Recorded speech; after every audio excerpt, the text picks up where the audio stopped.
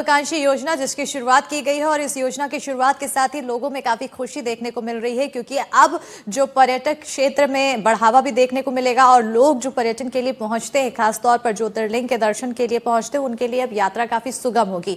विदेश से जो यात्री आएंगे उनके लिए और भी ज्यादा आसानी होगी और जो लोग वहां रहते हैं, यानी कि अगर देश में ही रह के उज्जैन, ओंकारेश्वर और तमाम टाइगर रिजर्व जैसे पर्यटक स्थलों का घूमना चाहते हैं, दीदार करना चाहते हैं और वहां का लुत्फ उठाना चाहते हैं, तो उसके लिए ये योजना काफी ज्यादा महत्वाकांक्षी और काफी सुगम यहां पर व्यवस्था देखने को मिलेगी। इसी पर ज्यादा जानकारी के साथ हमारे सहयोगी आकाश द्विवेदी जुड़ चुके हैं, संजीव चौधरी जबलपुर से जुड़ चुके हैं, ललित हमारे सहयोगी उज्जैन से जुड़ चुके हैं। सबसे पहले ललित आपकी ओर आना चाहूंगी कि सबसे ज्यादा अगर भीड़ की बात की जाए तो महाकाल के दरबार में रहती है और ऐसे में अब इस योजना की शुरुआत के साथ ही वहां भक्त जो पहुंच रहे हैं, श्रद्धालु जो पहुंच रहे हैं, उनके लिए भी एक खुशखबरी है। मैं चाहूंगी कि आप इसके बारे में थोड़ा बताएं और लोगों से बात करके जाने कि इस योजना से लोगों को कितनी खुशी।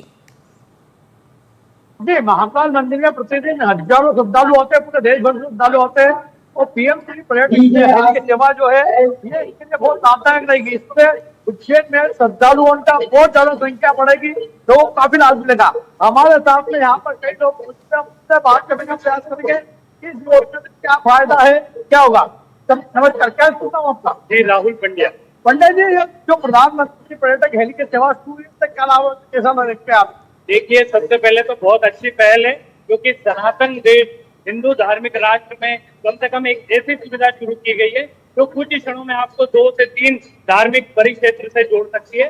एक मॉडर्न युग के साथ हम बढ़ रहे हैं, जैसे जैसे टेक्नोलॉजी का डेवलपमेंट हो रहा है, ऐसे ही धार्मिक यात्राओं का भी एक विस्तार रूप हमको देखने को मिल रहा है। जो यात्राएं महीनों में होती थी, दिनों में होती थी, अब वो कुछ घंटों में हो जाएगी। इससे बेहतर कोई बात नहीं। इससे उज्जैन को क्या लाभ? देखिए, निश्चित रूप से हजारों लाखों यात्री यहाँ आते हैं, महाकुंभ का महापर्व यहाँ पर होता है।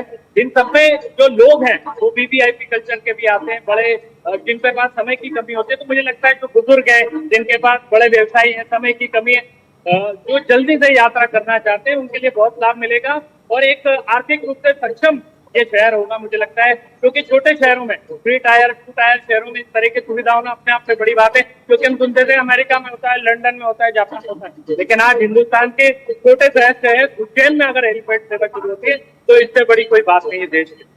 हमारे साथ यहाँ पे और भी लोग जुड़े हुए हैं, उनसे बात करने का प्रयास करेंगे कि इस सेवा का क्या रहेगा। क्या शुभ नाम आपका? ये बताइए, जो पीएम श्री हेलीकॉप्टर योजना शुरू हुई उससे क्या देखते हैं आप? बिल्कुल बिल्कुल ललित, क्योंकि जबलपुर से हमारे सहयोगी संजीव चौधरी जी जुड़े हैं, उनके पास भी बहुत से लोग मौजूद हैं। मैं चाहूंगी कि संजीव जी आप उनसे जाने कि आखिर कितने ज्यादा उत्साहित हैं और इस योजना को लेकर क्या सोचते हैं लोग। क्या है कि अलग अलग हमारे साथ अलग अलग सेक्टर के लोग हैं, शिक्षाविद हैं, टूर ऑपरेटर हैं, वो लोग हैं जो जंगल हमेशा यात्रा करना चाहते हैं। तो राघवेंद्र सिंह चौहान जी है। चौहान जी, ये बताइए कि कैसा लग रहा है आपको ये योजना शुरू होकर? ये योजना तो बहुत अच्छी शुरुआत हुई है। हम लोग तो बड़े एक्साइटेड हैं कि बहुत ही, एक तो सबसे बड़ी चीज़ है कि समय बहुत बचत होगी और इसका जो चार्ज रखा गया है वो बहुत अच्छा है। 3,500 से 4,000 रुपये में आप बांधवगढ़ पहुंच रहे हैं 35-40 मिनट में, कान्हा पहुंच रहे हैं, चित्रकूट पहुंच रहे हैं, मैहर पहुंच रहे हैं। तो जबलपुर और आसपास के लोगों के लिए यहाँ पर बहुत अच्छा हो गया है और इससे टूरिज़्म को भी बढ़ावा मिलेगा और सभी को एक्साइटमेंट, मतलब ऐसा रहेगा कि इतना कम चार्ज है तो लोग तो सिर्फ सिंपली मतलब एक वॉक करके ही आ जाएंगे कि हमें तो सिर्फ घूम के आना है। तो हाँ, टूर ऑपरेटर है हमारे साथ अकलंग जी। अकलंग जी, ये बताइए, जल्दी बात करनी होगी कि कैसा लग रहा है? प्रधानमंत्री जी का शुक्रिया जिन्होंने जबलपुर को पर्यटन की दृष्टि से देखते हुए ये सुविधा दी है और बहुत ही बेहतरीन प्रयास है ये, जिससे टूरिज्म को बहुत बेनिफिट मिलेगा और साथ ही जबलपुर का भी विकास होगा।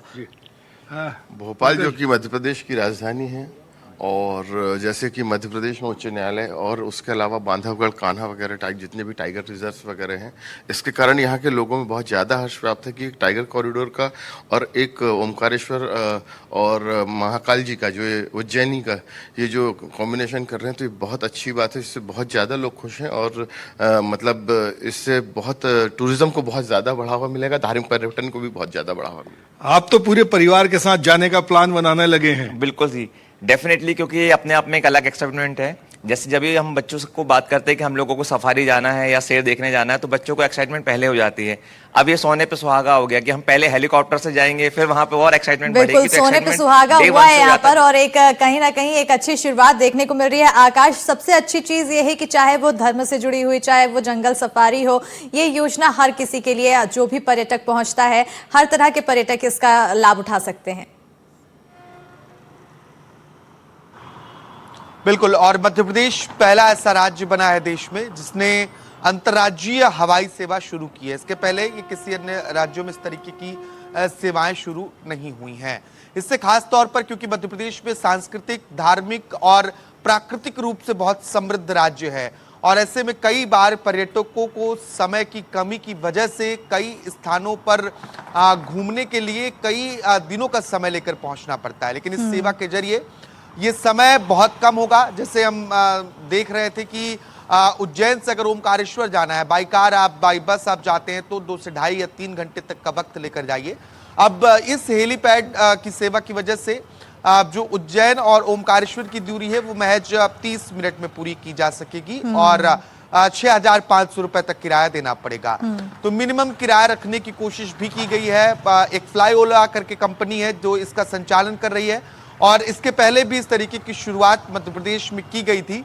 अब नजरें इस बात पर रहेंगी कि लोग इस सेवा का कितना इस्तेमाल करते हैं। बिल्कुल आकाश, ये भी जानना है हमें कि इसका लाभ कैसे उठाया जा सकता है। देखिए, इसके लिए बाकायदा flyola.in पर आप जब विजिट करेंगे तो वहां पर आपको बुकिंग के लिए ऑप्शंस मिलेगा। अब से थोड़ी देर पहले मैं बुकिंग की कोशिश कर रहा था, लेकिन अभी जो वेबसाइट है वो एरर बता रही है। देखिए, वेबसाइट है, मैं एक बार जिक्र भी कर देता हूं, www.flyola.in airctc.com fly ये है, और इससे आप ऑनलाइन बुकिंग कर सकते हैं। लेकिन अभी सर्वर एरर चल रहा है जिसके चलते बुकिंग शो नहीं हो रही है। संभवतः कुछ देर बाद ये टेक्निकल एरर खत्म हो जाए। इसके अलावा भोपाल जैसे एयरपोर्ट पर पीएम श्री पर्यटन सेवा के अलग से काउंटर भी हैं। आप इन काउंटर से भी जाकर डायरेक्ट जिस जगह पर यात्रा करना चाहते हैं वहां के लिए टिकट की बुकिंग करा सकते हैं। जैसा कि आपने भी बताया कि सप्ताह में 2 दिन ये सेवा नहीं मिलेगी, जबकि अन्य 5 दिनों में जो यात्री हैं वो अपनी यात्रा प्लान कर सकते हैं। बिल्कुल, बहुत शुक्रिया आकाश। संजीव जी तमाम जानकारी देने के लिए, ललित जैन तमाम जानकारी देने के लिए। तो कहीं ना कहीं अब लोगों में खुशी है और लोग इस योजना का लाभ उठा सकते हैं। लेकिन एक इसके साथ ही महत्वपूर्ण जानकारी, आज छत्तीसगढ़ में एनडीटीवी का मंच सजेगा। छत्तीसगढ़ के बेमिसाल 25 सालों का जश्न मनाया जाएगा। इस उत्सव में मुख्यमंत्री विष्णुदेव साय, डिप्टी सीएम विजय शर्मा, अरुण साव, विधानसभा अध्यक्ष रमन सिंह, पूर्व डिप्टी सीएम टीएस सिंहदेव, नक्सल ऑपरेशन से जुड़े कई अधिकारी और कई दिग्गज हस्तियां शामिल होंगी। छत्तीसगढ़ के रजत जयंती पर स्वर्णिम प्रदेश के सपनों को साकार करने पर चर्चा होगी, और ऐसे में इस आयोजन को लेकर काफी ज्यादा खुशी है। तो हमारे साथ जरूर जुड़िएगा, जहां पर नीति पर मंथन होगा, चुनौतियों पर चिंतन किया जाएगा, और छत्तीसगढ़ के बेमिसाल 25 साल पर आज खास आयोजन। छत्तीसगढ़ ने पूरे किए बेमिसाल 25